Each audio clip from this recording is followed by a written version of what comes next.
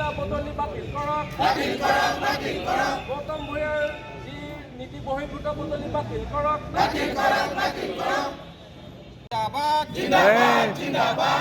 আন্তঃজিলা বদলীকৰণ বন্ধ কৰক গৌতম ভূঞাৰ বদলীকৰণ বন্ধ কৰক আমাৰ দাবী মানিবই লাগিব। নমস্কাৰ, আমি সদৌ অসম জিলা প্ৰশাসন কৰ্মচাৰী সন্থাৰ নগাঁও জিলা সমিতিয়ে আমি আজি এঘণ্টা আমি ধৰ্মঘট কাৰ্যসূচী আৰু ধৰ্ণা কাৰ্যসূচী গ্ৰহণ কৰিছোঁ। আমাৰ এটাই প্ৰতিবাদী কাৰ্যসূচী, আমি যোৱা 22 জানুৱাৰী তাৰিখে আমি সৰ্বাত্মক প্ৰতিবাদ কৰিছিলোঁ। আমাৰ উদ্দেশ্য এটাই যে আমাৰ মাজুলীত কৰ্মৰত জ্যেষ্ঠ প্ৰশাসনিক সহায়ক গৌতম ভূঞাক নীতি বহিৰ্ভূতভাৱে অসম চৰকাৰৰ সাধাৰণ প্ৰশাসন বিভাগে যোৰহাটলৈ বদলি কৰিছিলে। আমাৰ সেৱাবিধিৰ এয়া অন্তৰে আমাৰ সম্পূৰ্ণ বিৰোধী পদক্ষেপ গ্ৰহণ কৰিছে আৰু ইয়াৰ প্ৰতিবাদত আমি এই কাৰ্যসূচী চলাই যাম।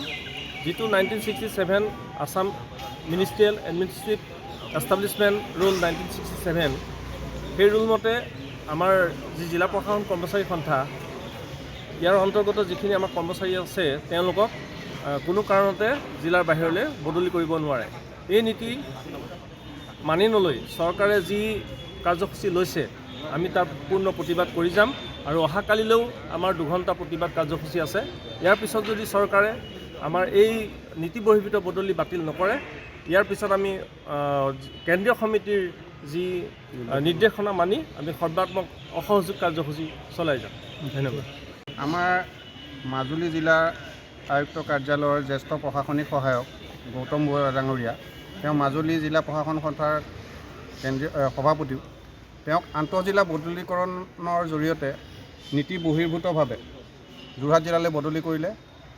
উক্ত কাৰ্যসূচীৰ লগত সংগতি ৰাখি আমি যোৱা 22 জানুৱাৰী তাৰিখে দিনজোৰা অসহযোগ ধৰ্মঘট পালন কৰিছিলোঁ।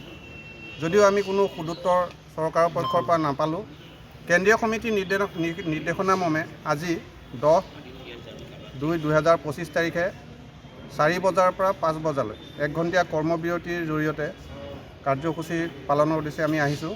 আৰু আজিও যদি কোনো সুদুত্তৰ নাপাওঁ, কালিলৈও আমাৰ তেনেধৰণে 2 ঘণ্টীয়া 3 বজাৰ পৰা 5 বজালৈকে অসহযোগ কাৰ্যসূচী আছে, ৰূপায়ণ কৰিম। তাৰ পিছতো যদি ফলপ্ৰসূ নাপাওঁ, কেন্দ্ৰীয় সমিতিৰ পৰা যি নিৰ্দেশনা আহে তাৰ নিৰ্দেশনাৰ ভিত্তিত আমি আন্দোলন কাৰ্যসূচী গ্ৰহণ কৰি থাকিম, চলাই যাম। গতিকে ইয়াকে কৈ